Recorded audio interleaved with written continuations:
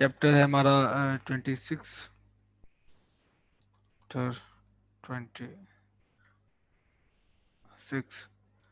और इसे की ऑब्जेक्टिव्स हैं हमारे पास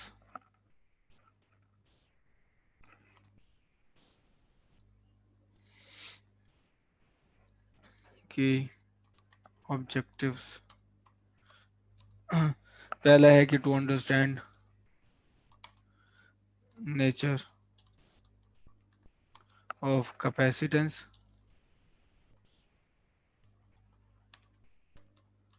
दूसरा टास्क है हमारे पास relationship between potential charge and capacitance. और थर्ड है एनर्जी स्टोर्ड इन कैपेसिटर, ये हमने देखना है।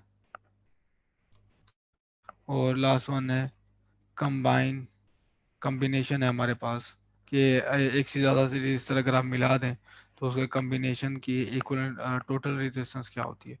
Combination of capacitance in series and parallel. ठीक है, तो ये जो आपका लेक्चर है वो आपके लैब पॉइंट ऑफ व्यू से भी बहुत इंपॉर्टेंट है कि लैब में भी आप ये चीज़ें देखोगे। तो स्टार्ट करते हैं कैपेसिटर से। तो पहला टॉपिक है हमारा द कैपेसिटर।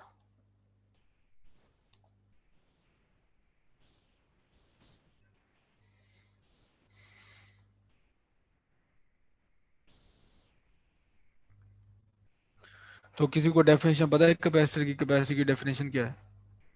आपने आल्दो एफएससी लेवल पे भी देखी हुई है ये।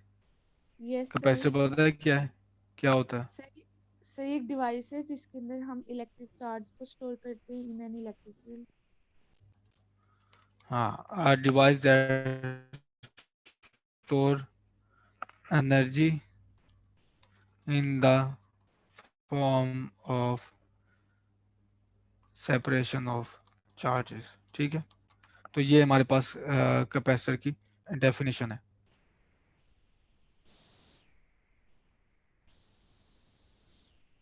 एक और भी डेफिनेशन, कोई और डेफिनेशन है कैपेसिटर की अगर किसी को याद हो? हम्म। Sir, a capacitor is a device that stores electric charge in an electric field. In the form of electric field. ठीक है, तो एक ये भी डेफिनेशन है कि आपके पास जो कैपेसिटर है उसमें उसकी प्लेट्स में जब उन प्लेट्स पे चार्ज मौजूद नहीं होता तो उनके दरम्यान में कोई इलेक्ट्रिक फील्ड भी नहीं होती। लेकिन जैसे जैसे चार्ज बिल्डअप होता जाता है तो उसके दरम्यान में इलेक्ट्रिक फील्ड क्रिएट होती जाती है। और जब तक मैक्सिमम वैल्यू तक चार्ज पहुंचता है तो अपने इलेक्ट्रिक फील्ड भी जो होती है अपनी मैक्सिमम वैल्यू को पहुंच जाते हैं उन प्लेट्स के दरम्यान में।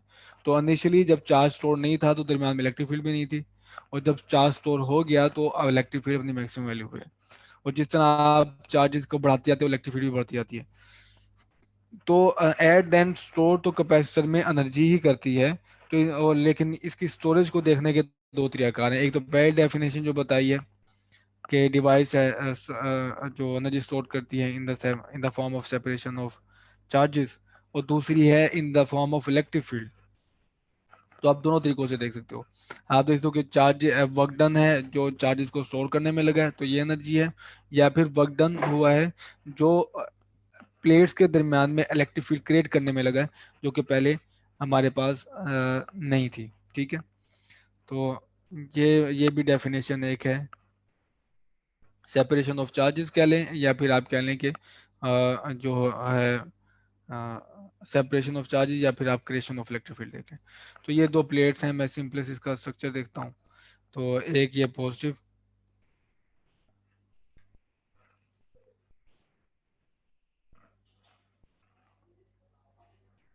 ये दो प्लेट्स हैं। ठीक है, तो मैं इसके साथ इसका ये करता हूँ कि इनके टर्मिनल्स को एक जो यहाँ से और दूसरा यहाँ से मैं टर्मिनल लेता हूँ और एक बैटरी के साथ अटैच करता हूँ। ये इसका पॉजिटिव टर्मिनल है और ये इसका नेगेटिव। ठीक है, तो अकॉर्डिंगली ये हमारे पास प्लेट नेगेटिव हो जाएगी, ये पॉजिटिव हो जाएगी। हम देखते हैं कि पॉजिटिव नेगेटिव ये कैसे होती है। ठीक, अगर आप इसका साइड व्यू लो, ये तो साइड व्यू है। अगर आप इसका फ्रंट व्यू लो तो आपको बिल्कुल ये लाइंस नजर आएंगी कैपेसिटर की। तो ये रहा मेरा पे कैपेसिटर। अगर फ्रंट व्यू देखें तो एक प्लेट आपको ये नजर आएगी और दूसरी प्लेट आपको ये नजर आएगी इस तरह। ये इनके दरम्यान में एक सेपरेशन है, और उस सेपरेशन में हमें पता है कि इलेक्ट्रिक फील्ड क्रिएट हुई हुई है अगर चार्ज होता है। तो पहले चार्ज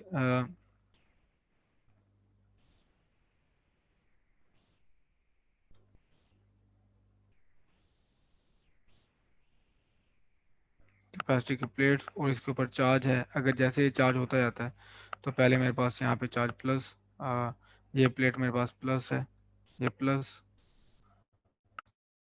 प्लस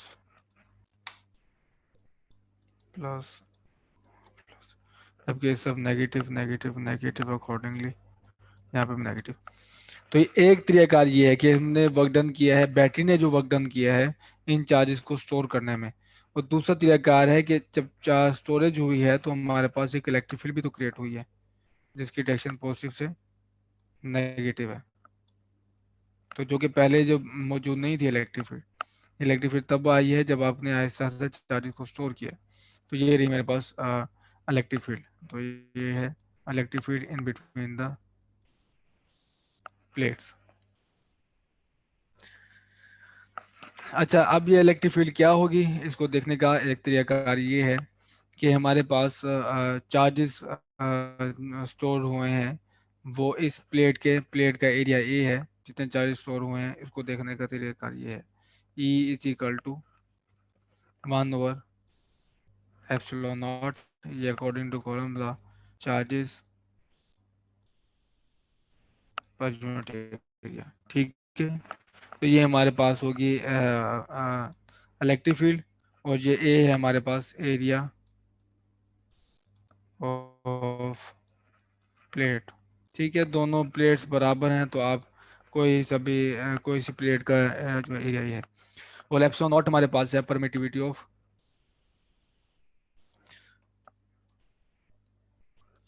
फ्री स्पेस। ठीक है, तो ये मेरे पास है एप्सिलॉन नॉट।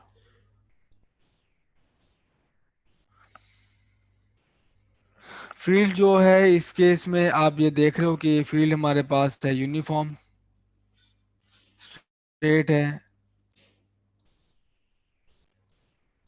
ठीक, और अगर आपके पास फील्ड यूनिफॉर्म हो तो हमने देखा हुआ है कि एक आपके पास रिलेशन होल्ड करता है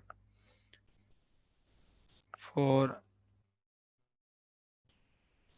यूनिफॉर्म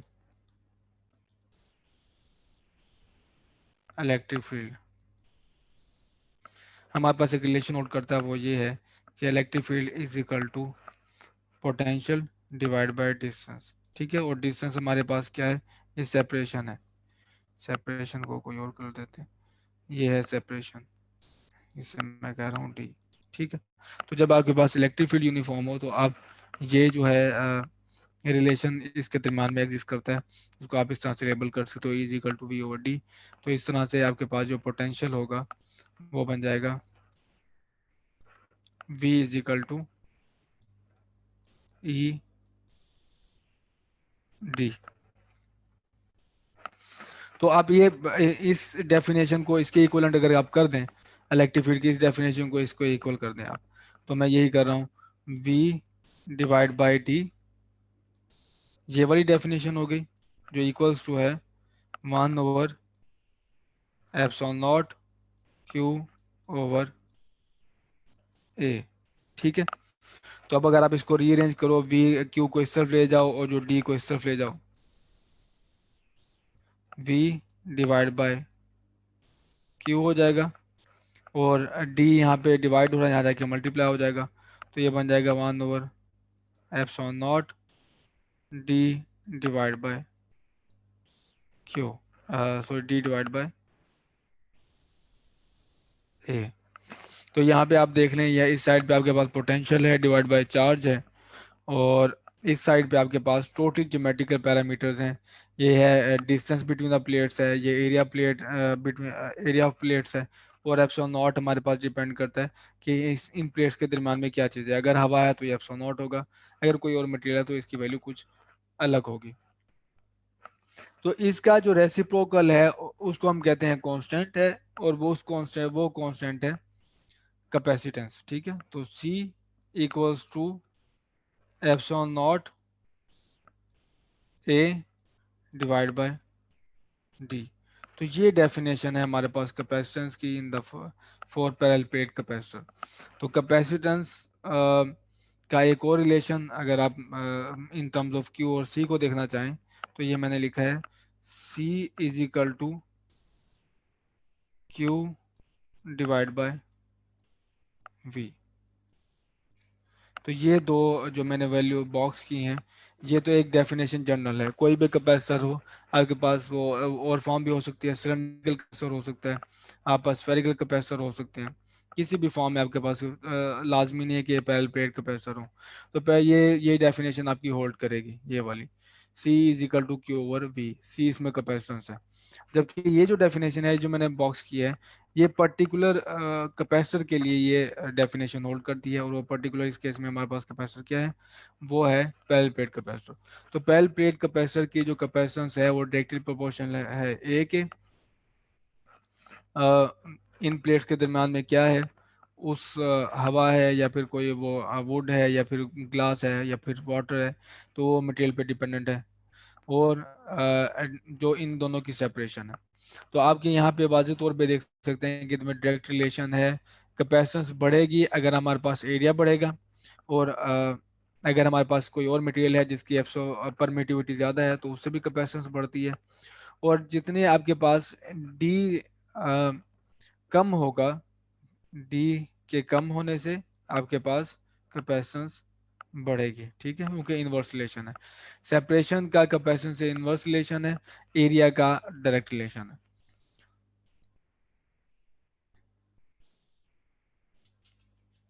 यहाँ तक कोई क्वेश्चन?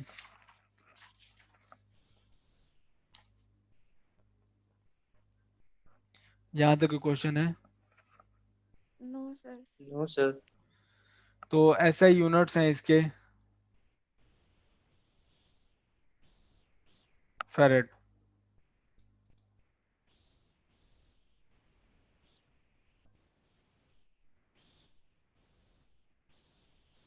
तो फिर कैपेसिटेंस के ऐसे यूनिट्स हैं हमारे पास, फेरेड।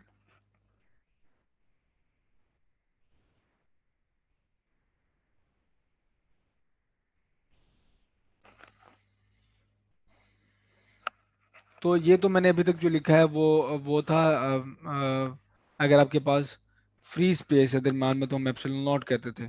और अगर आपके पास है डाइलेक्ट्रिक है, यानी कि कोई मटेरियल आपके पास है जैसे कि वुड है, ग्लास है, वाटर है, तो for dielectrics electric material in between plates, तो इसकी कंट्रीब्यूशन को हम इस तरह से अकोमोडेट करते हैं अपने रिलेशन में। जो हमने रिलेशन अभी देखा है वो है सी। अब यहाँ पे होगा वो परमिटिविटी ऑफ फेस स्पेस नहीं आएगी, वो इस डाइलेक्ट्रिक के ऊपर डिपेंडेंट होगा, वो एप्सिलॉन होगा, एप्सिलॉन नॉट नहीं होगा। एप्सिलॉन नॉट है हमारे पास परमिटिविटी ऑफ स्पेस, और एप्सिलॉन हमारे पास डाइलेक्ट्रिक है, epsilon A divide by D, और एप्सिलॉन इज इक्वल टू है epsilon R epsilon naught A divide by T. ठीक है, तो एप्सिलॉन आर हम इसे कहते हैं रिलेटिव परमिटिविटी, और एप्सिलॉन हमारे पास है परमिटिविटी ऑफ मटेरियल। ठीक है, तो ये मटेरियल पे डिपेंडेंट है। अगर आप इसमें वुड रखते हैं तो इसकी वैल्यू अलग होगी, वो आपके पास टेबल मिल जाएगा। अगर आप प्लेट्स के दरम्यान में वाटर रखते हैं तो वैल्यू अलग होगी। ग्लास की वैल्यू मेरे ख्याल में 1.5 या 2.1 होती है। तो ये उन पे डिपेंडेंट है कि आप मटेरियल क्या रखते हैं। अभी तक जो अभी कंसर्न है वो ये है कि मटेरियल की परमिटिविटी जितनी ज़्यादा होगी हमारे पास कैपेसिटेंस उतनी ज़्यादा होगी। ठीक है, जितनी कैपेसिटी ज़्यादा होगी हमारे कैपेसिटर की जो स्टोरेज एबिलिटी होती है वो उतनी ज़्यादा होगी। और जो दूसरा मैंने यहाँ पे डिफाइन किया है कांस्टेंट, वो है एप्सिलॉन आर। तो एप्सिलॉन आर यानी कि रिलेटिव परमिटिविटी, ठीक है। तो इसकी डेफिनेशन है is equal to epsilon divide by epsilon naught, और इसको हम कहते हैं relative permittivity.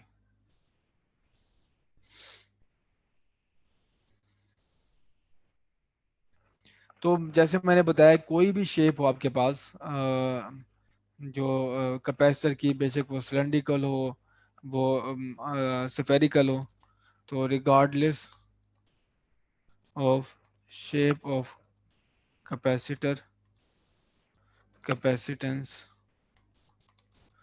Always Q over भी, ठीक है। तो बाकी जो कैपेसिटेंस की वैल्यू है ज्योमेट्रिकल पैरामीटर में कैसे डिपेंड करती है, वो डिपेंड करेगा शेप पे, लेकिन ये जो कैपेसिटेंस की वैल्यू है ये हमेशा आपके पास थ्रू आउट सेम रहेगी, आप कैपेसिटर कोई भी ले लें।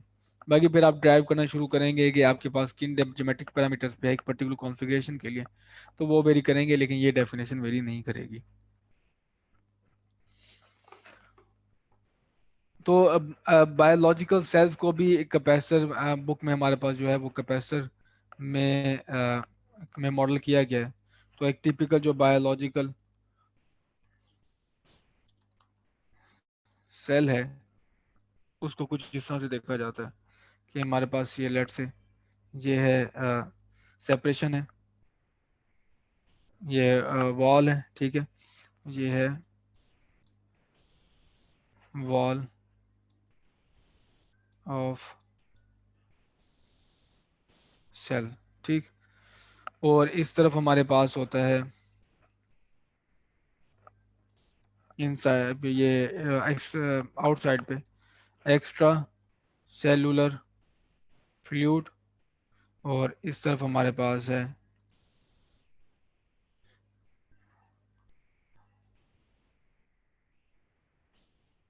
इंट्रा सेलुलर फ्लूइड, ठीक। तो फ्लूइड को भी कोई, ये हमारे पास है फ्लूइड, और इससे भी फ्लूइड है। इस साइड पे हमारे पास होता है पॉजिटिव चार्ज, इस, और इस तरफ हमारे पास है नेगेटिव चार्ज। तो आप इसको एक रफली इसको आप मॉडल कर सकते हैं एक कैपेसिटर से।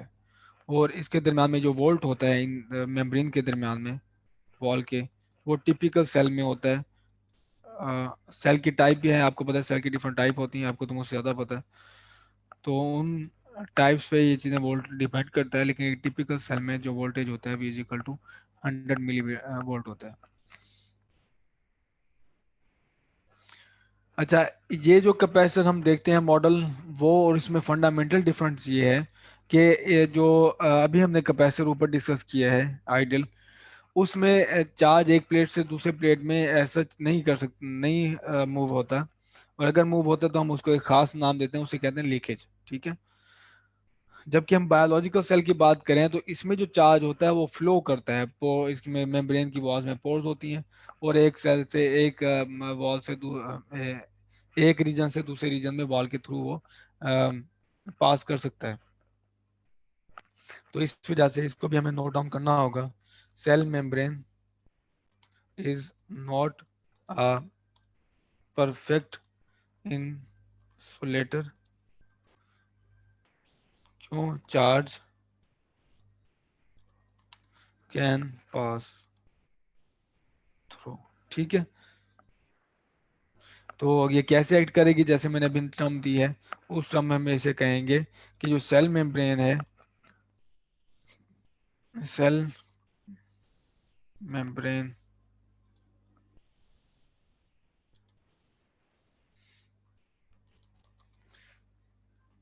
X as a leaky capacitor, ठीक है। तो चार्ज अगर पास करना शुरू हो जाए एक प्लेट से दूसरे प्लेट की तरफ, दरम्यान में किसी तरह से भी जंप कर ले, तो हम इसे कहते हैं कि ये कैपेसिटर की लीकेज है।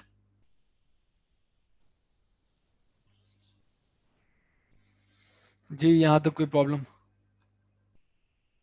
No sir. तो अभी तक आपने देखा है, एक मैंने दो चैप्टर पढ़े और तीसरे चैप्टर में गालबन उसने उसे एक एप्लीकेशन दिखा दी हमें। अब अगर हम उस एप्लीकेशन को नहीं समझ सकते या नहीं हम उस पर ध्यान देते तो फिर हमें अभी पढ़ने का कोई फायदा नहीं है। अब ये कैपेसिटर है, कैपेसिटर के दरमियान में उसने एक चीज़ मॉडल कर दी है कि हम अपने जो बायोलॉजिकल सेल्स हैं उनको भी, उनकी जो वॉल्स हैं उनको भी एज ए कैपेसिटर ट्रीट कर सकते हैं। नॉट एन एग्जैक्ट कैपेसिटर, लेकिन लीकी कैपेसिटर हम उसको ट्रीट कर सकते हैं। तो हम, आपको याद होगा कि हम पढ़ी इस वजह से रहे हैं फिजिक्स को, ताकि हम इन चीज़ों को कुछ अंडरस्टैंड कर सकें। कोई क्वेश्चन है यहाँ तक?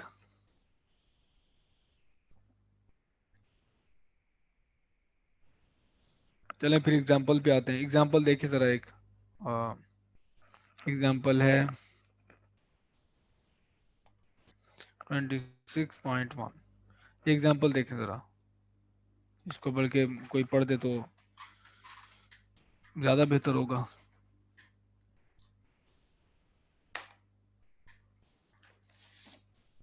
किसी के पास बुक है?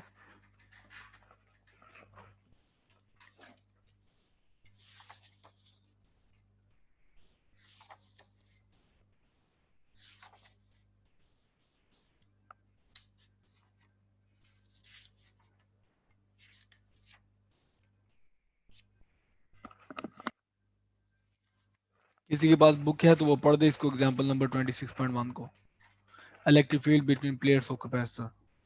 तो हर एग्जांपल का टाइटल होता है और इस एग्जांपल का टाइटल है हमारे पास electric field between plates of a.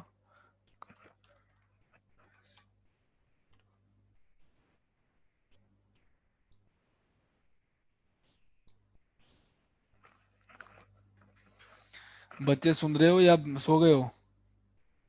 Amina Yes, sir. Zahid, Amina Waqar, Yes, sir. Book है आप लोगों के? बुक है आप लोगों के पास? Yes, sir. एग्जाम्पल देखो ना, फिर कोई पढ़ दे आप में से। Sir, मैं पढ़ रही हूँ.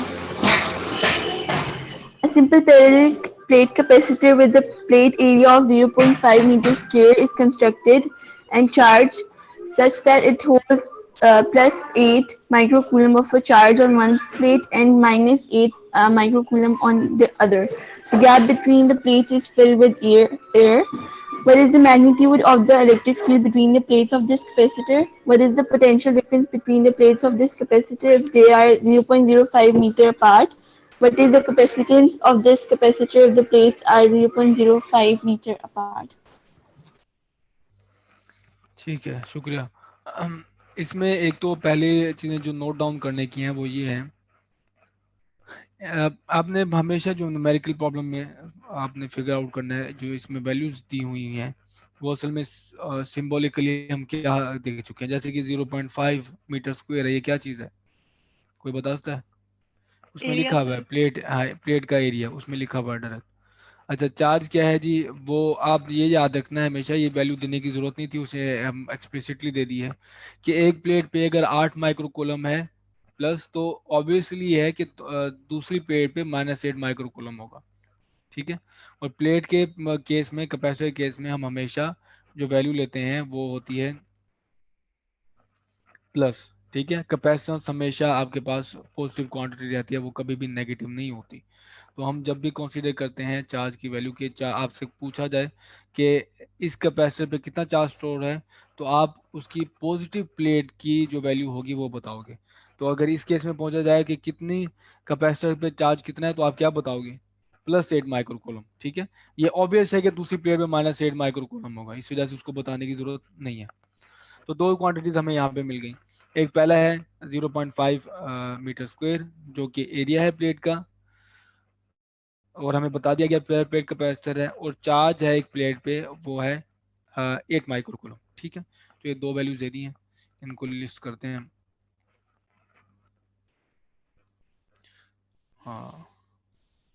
So it is a parallel plate capacitor and area of plate is 0.5 metre square.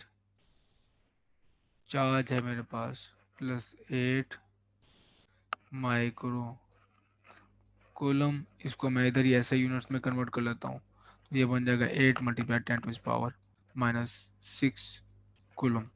ठीक. अब है पार्ट ए. ठीक है.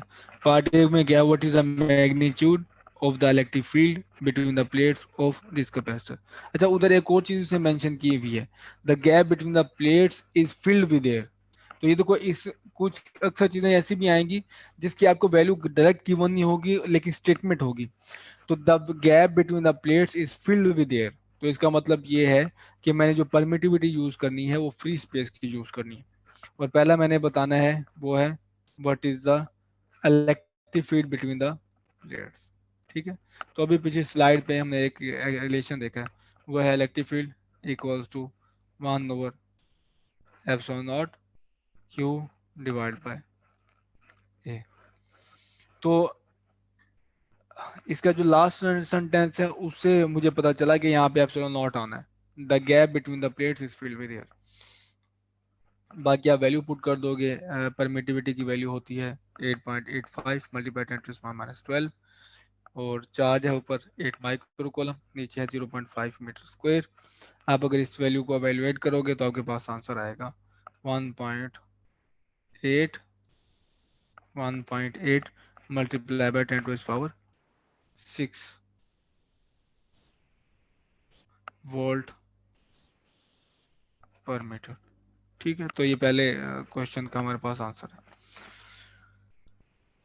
अब आ जाए पार्ट बी पे. बी है what is the potential difference between the plates of capacitor if they are 0.05 metre apart. तो मेरे पास एक और वैल्यू उसने दे दी है, वो दी है सेपरेशन. और सेपरेशन है मेरे पास 0.05 मीटर. तो एक और तरीकाकार भी होता है वैल्यूज को देखने का कि ये वैल्यू किस चीज की है. वो ये इसकी डायमेंशन. जैसे आपको पता है एरिया की डायमेंशन होती है, दो लेंथ मल्टीप्लाई करते हैं तो उसकी डायमेंशन होती है मीटर स्क्वायर, और एक लेंथ की डायमेंशन होती है मीटर. कॉलम हमारे पास यूनिट्स हैं चार्ज के, तो कॉलम में जो क्वांटिटी गिवन होगी वो ऑब्वियसली चार्ज है. तो ये डायमेंशन देख के भी आप अंदाजा कर सकते हैं कि वैल्यू क्या है. तो सेपरेशन हो गई ये. और मैंने जैसे बताया था कि कांस्टेंट इलेक्ट्रिक फील्ड अगर हो तो आप ये फार्मूला यूज कर सकते हो पोटेंशियल डिफरेंस फाइंड करने का. Delta V is equal to E, ये हमने लास्ट चैप्टर से देखा, ई डेल्टा एक्स. सेपरेशन को इलेक्ट्रिक फील्ड से मल्टीप्लाई करें तो आपके पास वैल्यू आ जाएगी. तो सेपरेशन है 0.05 और इलेक्ट्रिक फील्ड मैंने ऊपर वाले फार्मूले से यहाँ से फाइंड कर ली है, ये मेरे पास आ गई. तो इन दोनों को आप मल्टीप्लाई करेंगे तो आपके पास वैल्यू आ जाएगी 90 मल्टीप्लाई बाय 10⁻³ वोल्ट्स. तो ये रहा मेरे पास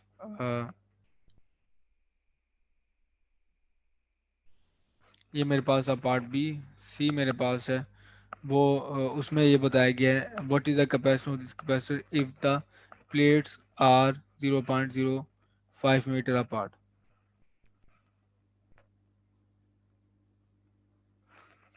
अच्छा, इसमें मुझे लगता है कि ये टाइप है कुछ.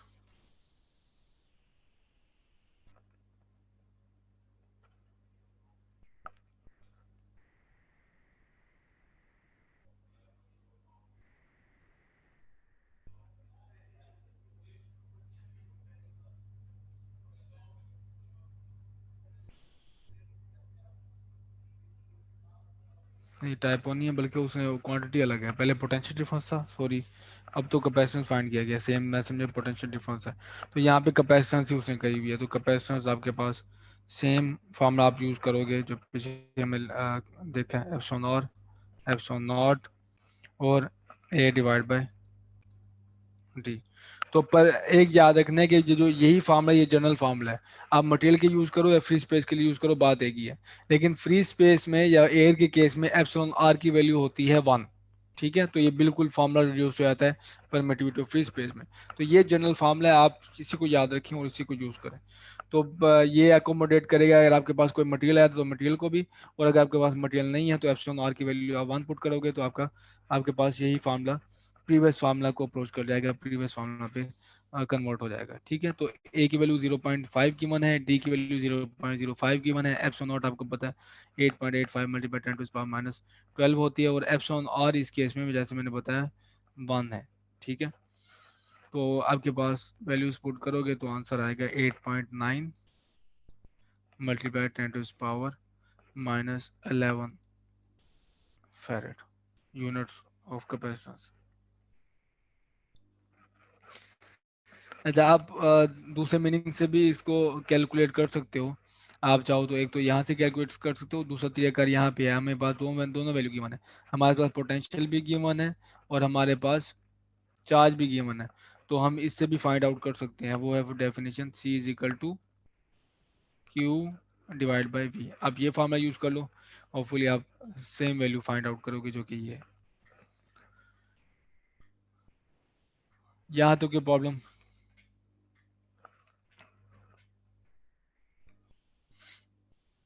No, यहाँ sir. तक No, sir.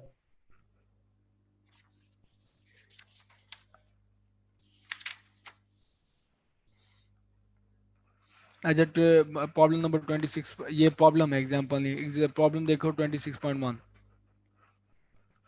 26.1 ये बहुत ज़्यादा आसान है, देखो ज़रा, ये कर लोगे ना आप?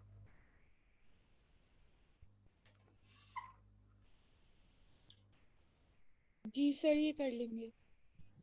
हाँ, कोई पढ़ देगा? आप पढ़ दोगे इसको?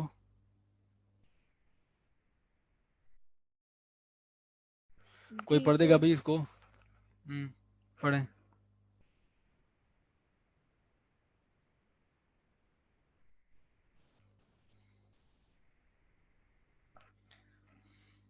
A 9-volt battery is connected to a capacitor which subsequently has a magnitude of 0.5 microcoulomb of charge on each plate. With the charge on each plate having an opposite sign, what is the capacitance of this capacitor? अच्छा, voltage given है, अच्छा, और दूसरी चीज given है आपको, charge भी given है, तो आप कैपेसिटेंस आसानी से बता दोगे, और वो कौन सा फार्मूला यूज होगा? ये वाला। C is equal to Q over V. हाँ, C is equal to Q और V। अच्छा, ये अब 26.2 है। You have some metal shelving with two shelves each of which measure 0.5 meter multiply 0.2 meter and the shelves are 0.3 meter apart. Assume the shelves are electrically insulated from each other and any other object. What is the capacitance of your shelves? How much charge would they hold if you connected each terminal of the shelf to a 1.25 volt battery? अच्छा, कर लेंगे ये, देखें ज़रा इसको, खुद से पढ़ने के मतवादे हुए हैं कि कर लेंगे, नहीं तो मैं आपको हेल्प करूँगा इसमें।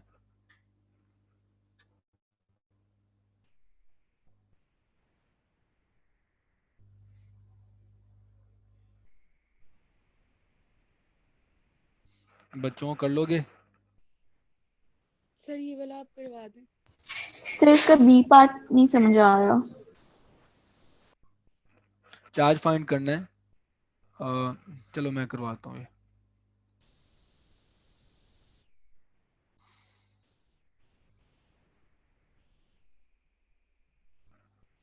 तो प्रॉब्लम है हमारे पास 26.2, और उसने जो चीज़ें गिवन, जो चीज़ें दे दी हैं वो मैं लिस्ट करता हूँ यहाँ। वो है एरिया गिवन है, और एरिया है 0.5 मल्टीप्लाई बाय 0.2 मीटर स्क्वायर बन जाएगा ये। तो ये हो गया एरिया, और अपार्ट कितनी है? वो है 0.3 मीटर्स। ठीक है, ये हो गई हमारे पास सेपरेशन। कैपेसिटेंस उसने क्या है, शेल्फ की क्या है?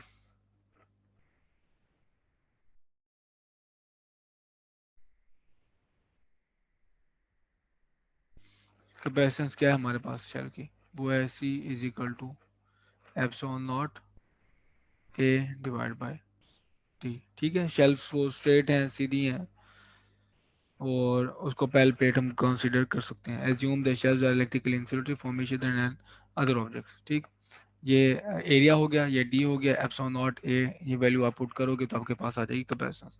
ये तो पार्ट है मेरे पास ए। अब बात करें अगर आप पार्ट बी की, तो पार्ट बी है मेरे पास हाउ मच चार्ज, मैंने फाइंड आउट करना है चार्ज की वैल्यू। अच्छा, जबकि पोटेंशियल गिवन है और पोटेंशियल की वैल्यू है 1.25 वोल्ट्स। ठीक है, तो अगेन वही फॉर्मूला लगेगा, वो हमारे पास था C is equal to Q divide by V. तो C यहाँ से कैलकुलेट कर लोगे तो यहाँ पे हमारे पास आ जाएगा Q is equal to C V. तो C की वैल्यू यहाँ से आ जाएगी। ठीक है, और V हमारे पास ये गिवन है, तो Q फाइंड आउट कर लोगे ना आप दोनों को मल्टीप्लाई करके, Q is equal to C V. ठीक है Yes, sir. Yes, sir. Sir, you never जी।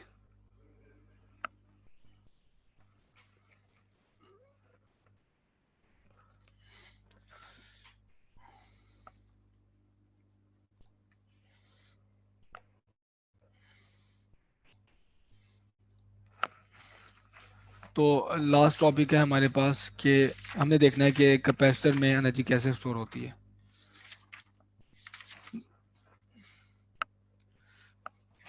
तो energy stored in a capacitor, energy stored in a capacitor.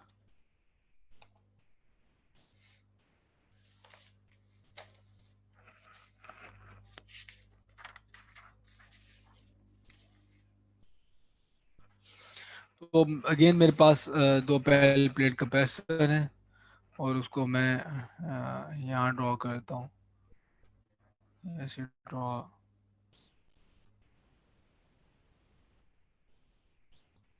ये रही एक प्लेट और ये रही मेरे पास दूसरी प्लेट। इन दो प्लेट्स के दरम्यान में सेपरेशन उसी तरह डी है, और ये जो है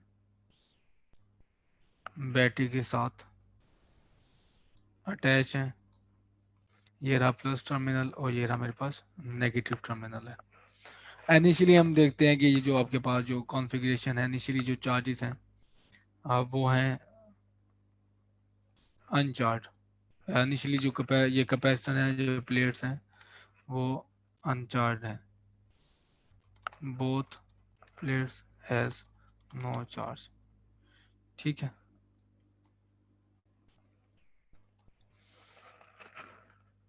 और जैसे ही आप ऑन करते हो बैटरी को, ठीक है, जैसे ही आपने बैटरी को ऑन किया, अभी मैंने बैटरी को ऑन नहीं किया, लेकिन जैसे ही मैंने बैटरी को ऑन किया तो बैटरी एक काम करेगी, वर्क करेगी। Battery just turn on. ठीक है, तो इस केस में क्या करेगी, does not work to store charge, और चार्ज कौन सा है, वो डी क्यू है।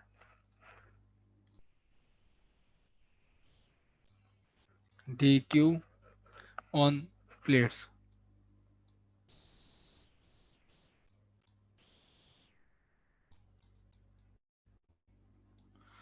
क्यों? क्योंकि हमारे कहीं चार्ज नहीं करना पड़ेगा, क्योंकि दोनों प्लेट्स के दरमियान पोटेंशियल डिफरेंस कोई नहीं है, जीरो है।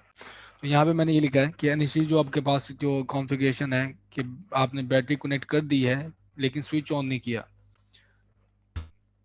तो जैसे ही आप स्विच ऑन करेंगे तो आपके पास जो पहला डी क्यू, पहला चार्ज स्टोर होगा, लेट से एक इलेक्ट्रॉन कह लो, एक पहला जो चार्ज स्टोर होगा प्लेट पे, उसको कोई वर्क डन नहीं करना पड़ेगा स्टोर बैटरी को उसके ऊपर स्टोर करने के लिए। उसकी वजह ये है कि दरमियान में कोई पोटेंशियल डिफरेंस है ही नहीं, दरमियान में कोई पोटेंशियल डिफरेंस है ही नहीं इन दो प्लेट्स के दरमियान, क्योंकि इनिशियली कोई चार्ज स्टोर ही नहीं है, जीरो चार्ज स्टोर है। तो पहला जो डेल्टा क्यू जाएगा उसके पास कोई वर्क डन इसको नहीं करना पड़ेगा। अच्छा, जब पहला डी क्यू एक चार्ज इसने स्टोर कर दिया है बैटरी के ऊपर, प्लेट के ऊपर, फिर जब नेक्स्ट चार्ज स्टोर करना होगा बैटरी ने, फिर इसको वर्क डन करना पड़ेगा। ठीक है, फॉर नेक्स्ट डेल्टा क्यू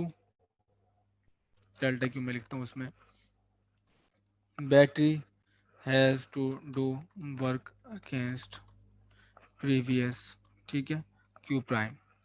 तो जो नेक्स्ट डेल्टा क्यू अगर आप स्टोर करते हो, पहला आपने स्टोर कर दिया डेल्टा क्यू, अब नेक्स्ट आपने डेल्टा क्यू स्टोर करोगे तो आपको वर्क डन करना पड़ेगा, क्योंकि प्रीवियसली एक क्यू प्राइम जो है वो स्टोर हुआ है चार्ज, ठीक है।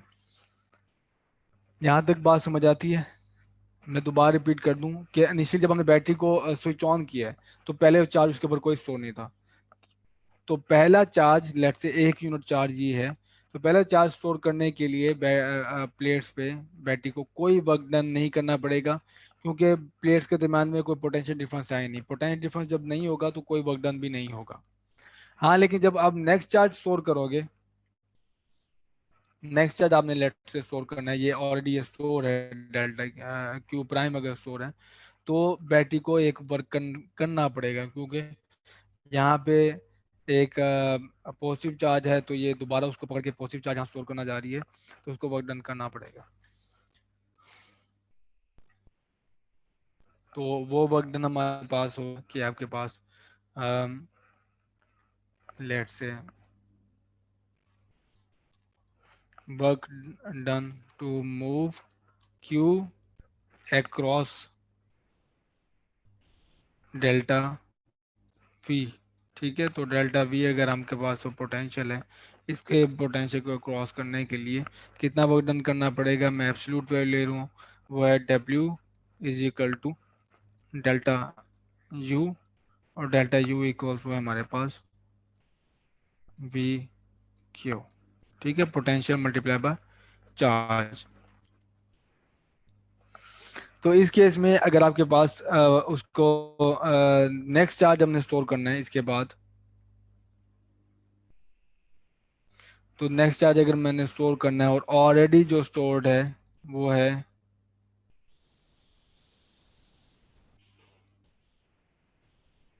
ऑलरेडी क्यू प्राइम है, ठीक है। तो बैटरी को नेक्स्ट डेल्टा क्यू स्टोर करने के लिए जो वर्क डन करना पड़ेगा वो होगा delta W is equal to V prime, already जो पोटेंशियल है, और ये चार्ज जो नेक्स्ट है डेल्टा क्यू। तो ये इक्वल्स टू आएगा आपके पास, हमारे पास according to capacitance definition Q prime divide by C, और यहाँ पे आ जाएगा डेल्टा क्यू। तो ये सिर्फ एक tiny amount of work done है to store this charge delta Q, जबकि इतना पोटेंशियल मौजूद था।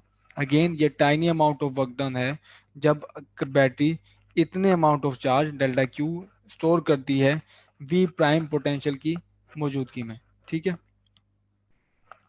तो हम समझते हैं कि डेल्टा क्यू जो है वो बहुत ही स्मॉल है, सफिशिएंटली स्मॉल है कि इस दौरान में जो वी है वो पोटेंशियल चेंज नहीं रहता, स्टोर करने के दौरान में वो कांस्टेंट रहता है, ठीक है।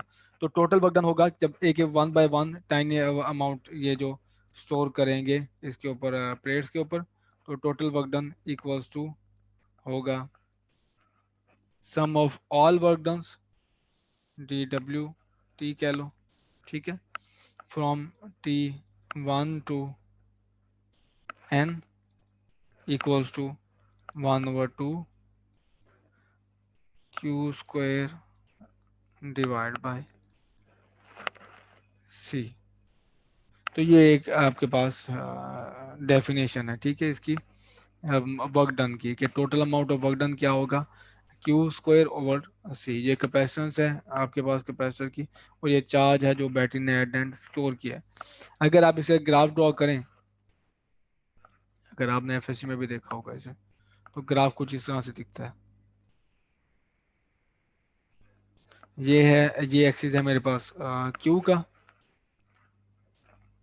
ये है क्यू और ये है वी। इसे ग्राफ लीनियर होता है, ठीक है। जब चार्ज कोई स्टोर नहीं है तो इनिशियली पोटेंशियल भी जीरो होता है, तो जैसे चार्ज स्टोर होता जाता है तो पोटेंशियल भी बढ़ता जाता है, पोटेंशियल भी बढ़ता जाता है, तो इसका रिलेशन जो है हमारे पास लीनियर होता है। तो जो आपके पास वर्क डन है वो एरिया अंडर द कर्व है, एरिया अंडर द कर्व। आप यहाँ से भी देख सकते हैं कि ये जो है आपके पास रेक्टेंगल है, ठीक है। अब इस सॉरी इस पूरी रेक्टेंगल का, अगर मैं ये रेक्टेंगल लूँ, इस पूरी रेक्टेंगल का जो एरिया है वो है v मल्टीप्लाई बाय क्यू, ये पूरी रेक्टेंगल बनेगी, एक साइड को दूसरी से मल्टीप्लाई कर दूं, v multiply by q multiply by v, लेकिन हमें तो ये एरिया चाहिए ना, ये एरिया चाहिए, तो वो क्या है असल में रेक्टेंगल का हाफ है। तो ये मेरे पास है टोटल वर्क डन, क्या है यू से डिनोट कर दें या फिर आप कर दें डब्ल्यू से। तो ये तो था इसका एक ब्रॉड ओवरव्यू। अब मैं आपको थोड़ा सा डिटेल ओवरव्यू देता हूँ इसका कि किस तरह ये काम हो रहा है। यहाँ तक क्वेश्चन, यहाँ तक मुझे नहीं लगता आपको कुछ खास इसकी अंडरस्टैंडिंग हुई होगी कि ये फॉर्मूले, ये जो स्टेटमेंट्स हैं किस तरह वर्क डन कर वर्क कर रही हैं। अब मैं इसको थोड़ा सा डिटेल से एक्सप्लेन करता हूँ। लेट से आपके पास ये है प्लेट है, ठीक है, और बैटरी का मेनली काम ये होता है कि एक प्लेट से चार्ज निकाल के, लेट से नेगेटिव चार्ज निकाल के दूसरी प्लेट पे स्टोर करना है उसे, ठीक है। तो यहाँ से इलेक्ट्रॉन निकाल के लेट से यहाँ पे हमारे पास यहाँ पे इलेक्ट्रॉन स्टोर करना है, बैटरी का काम ये है। तो उसने जब यहाँ से इलेक्ट्रॉन निकालेगी बैटरी, यहाँ से उसने बैटरी ने इलेक्ट्रॉन निकाला पहला, ठीक है, तो ये मैं इलेक्ट्रॉन को दिखा रहा हूँ ये, तो इस प्लेट पे चार्ज आ जाएगा 1 पॉजिटिव, ठीक है, क्योंकि यहाँ पे चार्ज की कमी हुई है और यहाँ पे चार्ज एक इलेक्ट्रॉन ज्यादा हुआ है, तो यहाँ पे नेगेटिव आ जाएगा, यहाँ पे पॉजिटिव आ जाएगा। और इनिशियली बैटरी को कोई वर्क डन भी नहीं करना पड़ेगा, क्योंकि कोई यहाँ पे पहले चार्ज मौजूद नहीं था, कोई उसको रिपल्सिव फोर्स नहीं लगेगी। ऐसे ही है बच्चों, यस सर। फॉलो कर रहे हो या सो गए हो साथ? अगर आप ये थोड़ा सा नो आप अटेंटिव हो जाते हो 2-3 मिनट, तो आपको ये पूरा कॉन्सेप्ट समझ आ जाएगा। तो एक प्लेट ये है, इसको पॉजिटिव टर्म के साथ ये नेगेटिव है, तो बैटरी ये करेगी कि यहाँ से इलेक्ट्रॉन निकाल के यहाँ पे दूसरी प्लेट पे इम्बेड करेगी। तो पहला इलेक्ट्रॉन जब यहाँ से निकाला जाएगा और यहाँ पे पुश किया जाएगा, तो बैटरी को कोई वर्क डन नहीं करना पड़ता उसके लिए। उसकी वजह ये है कि यहाँ पे ऑलरेडी कोई चार्ज मौजूद नहीं है। तो जब पहला चार्ज यहाँ पे पुश कर दिया गया है, तो यहाँ पे एक प्लस चार्ज आ जाएगा, प्लस, और यहाँ पे नेगेटिव। अब बात है सेकंड इलेक्ट्रॉन की, ठीक है। तो मैं ये करता हूँ, बैटरी क्या करेगी, सेकंड इलेक्ट्रॉन यहाँ से उठा के यहाँ पे पुश करेगी।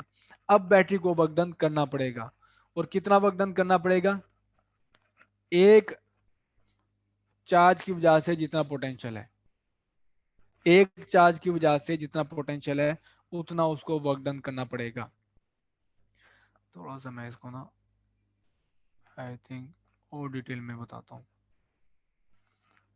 तो इनिशियल कॉन्फ़िगरेशन है हमारे पास ये, और पहले हमारे पास बैटरी को कोई वर्क डन नहीं करना पड़ेगा, क्योंकि चार्ज जो है वो पहला चार्ज यहाँ से यहाँ पे गया। तो मैं बैटरी क्या कर रही है, एक प्लेट से चार्जेस इलेक्ट्रॉन निकाल के दूसरी प्लेट पे इम्बेड कर रही है।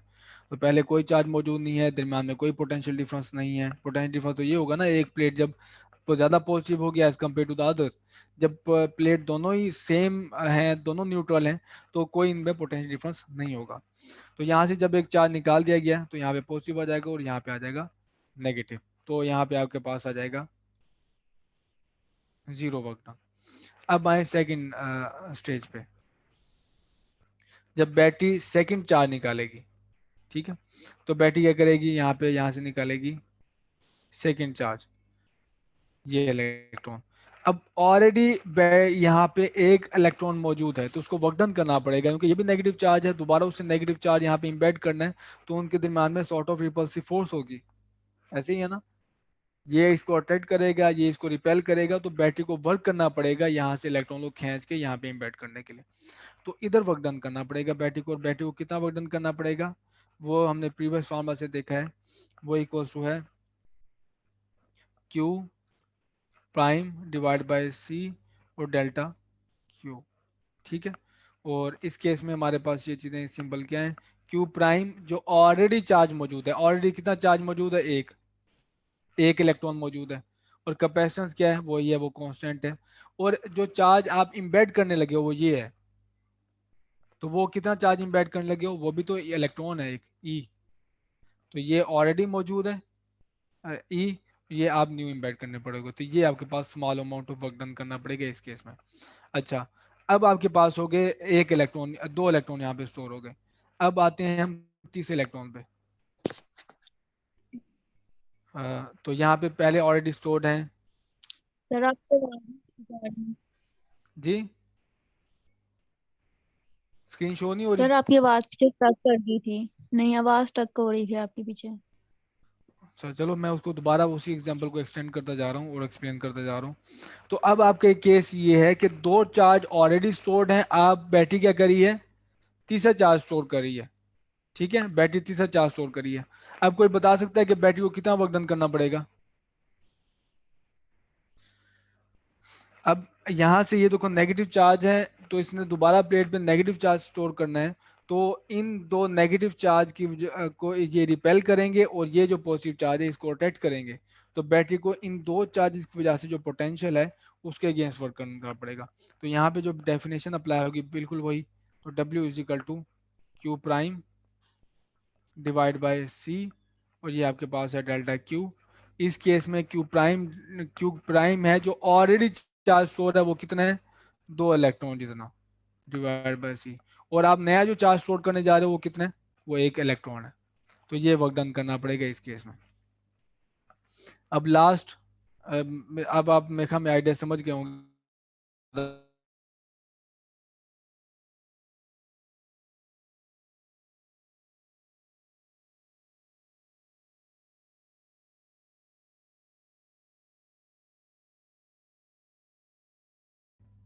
जी आवाज आ रही है आपको? Yes sir. Yes sir. जी सर। कहाँ पे ब्रेक हुआ था ये? सर आप हम्म? एग्जांपल समझा रहे थे। नहीं। तो एग्जाम्पल को समझ आ गई है, दोबारा सा रिपीट करना पड़ेगा? नो सर, आ गई है। अच्छा, इसका ना वाजे तौर पे एक ना इसी तरह के इसने, जिस तरह मैं आपको समझा रहा हूँ बिल्कुल इसी तरह इसने एक क्वेश्चन पूछा हुआ है। वो आपको ना उससे ज़्यादा, उससे एक मजीद कंक्रीट अंडरस्टैंडिंग हो जाएगी। और वो है, ये एग्जांपल नंबर 26.2 देखो जरा। ये देखें और इसके बाद लेक्चर एंड करें।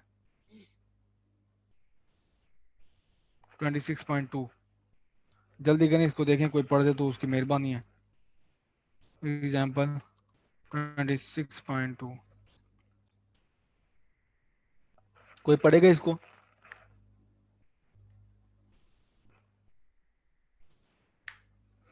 A capacitor of capacitance 50 millifarad is to be charged to a potential of 12 volt. How much energy does this capacitor store when fully charged? पहला क्वेश्चन ये। अच्छा, इसमें गिवन क्या है, a capacitor of capacitance 50 millifarad।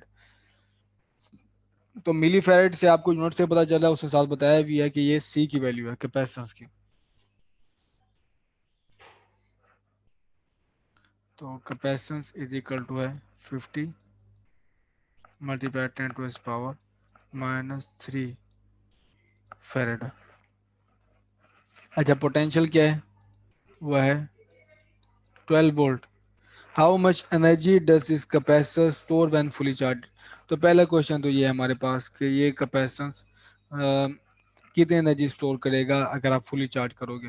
तो हमारे पास एक formula energy का और भी है, हमने ये दो फार्मूले तो देखे हैं। एक फार्मूला हमारे पास है, जब आप ये दो किसी भी दो वेरिएबल्स में अपनी एनर्जी को रिड्यूस करते हो, वो क्यू वी कर लो, सी वी कर लो, या फिर क्यू सी कर लो। तो क्यू सी वी में करोगे तो आपके पास रिलेशन ये आएगा, आप आसानी से एक से दूसरा ड्राइव कर सकते हो। तो देखो, सी की वैल्यू गिवन है, पोटेंशियल की भी वैल्यू गिवन है, तो ए पार्ट तो आप आसानी से कर लोगे। अच्छा, बी पार्ट क्या है, how many electrons need to be moved from one plate to the other to charge this capacitor to a potential of 12 volt. तो कितने इलेक्ट्रॉन मूव होंगे एक प्लेट से दूसरे प्लेट पे अगर आप चार्ज करते हो कैपेसिटर को इस पोटेंशियल तक। तो कोई बता सकता है ये प्रॉब्लम कैसे होगी? हेलो,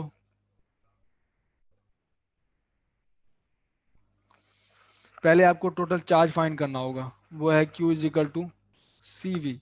ठीक है, सी की वैल्यू गिवन है, वो है 50 मल्टीप्लाई 10 टू पावर -3, और v की वैल्यू है 12। अब बस q आ गया। तो फर्स्ट चैप्टर से हमने एक डेफिनेशन वो देखी थी, अगर आपको चार्ज कॉन्टेंसी के मुताबिक q is equal to N E. तो यहाँ से आपको पता चल जाएगा एन की वैल्यू निकाल लोगे अगर आप क्यू को डिवाइड कर दो इलेक्ट्रॉन की वैल्यू होगी 1.6 मल्टीप्लाई 10⁻⁻19। हाउ मेनी इलेक्ट्रॉन्स, तो एन आ जाएगा, यही हमारे पास क्वेश्चन का आंसर था, दिस मच इलेक्ट्रॉन्स। तो ये रहा मेरे पास पार्ट बी। अब आ जाओ आप पार्ट सी पे। ये बात थी जो मैं आपको करवाना चाह रहा था। How much work is required to move the 10th electron from one plate to the other. जब 1 by 1 बैटरी इलेक्ट्रॉन स्टोर करी है दूसरी प्लेट पे, एक प्लेट से दूसरे प्लेट पे, तो जब आपके 10th इलेक्ट्रॉन स्टोर करना पड़ेगा तो उसके लिए बैटरी को क्या वर्क करना पड़ेगा, कोई बता सकता है? जब आप 10th इलेक्ट्रॉन स्टोर कर रहे होगे तो ऑलरेडी कितने मौजूद होंगे इलेक्ट्रॉन? 9। 9 मौजूद होंगे, ऑब्वियस। तो यहाँ पे हमारे पास आए 9 इलेक्ट्रॉन की वजह से क्या रहा, पोटेंशियल पहले मौजूद था, तो ये Q डिवाइड बाय C ये पोटेंशियल हो गया। और आपने स्टोर कितना करना है, 10th इलेक्ट्रॉन, सिर्फ सिंगल इलेक्ट्रॉन, तो ये आएगा वर्क डन। अच्छा, अब अगर आपने वर्क डन निकालना हो जो चाहिए हो 100th इलेक्ट्रॉन, जब आप 100th इलेक्ट्रॉन स्टोर करो तो कितना वर्क डन लगेगा, तो वो कैसे फाइंड करोगे? ऑलरेडी कितने इलेक्ट्रॉन स्टोर होंगे? 99। 99, तो 99 electron divide by C multiply by 100th electron जो कि है। तो इस तरह एक पर्टिकुलर वर्क डन आप कैलकुलेट कर सकते हो, ठीक है। तो ये वो आइडिया था जो प्रीवियस में आपको समझाने की कोशिश कर रहा था जी। यहाँ तक कोई क्वेश्चन?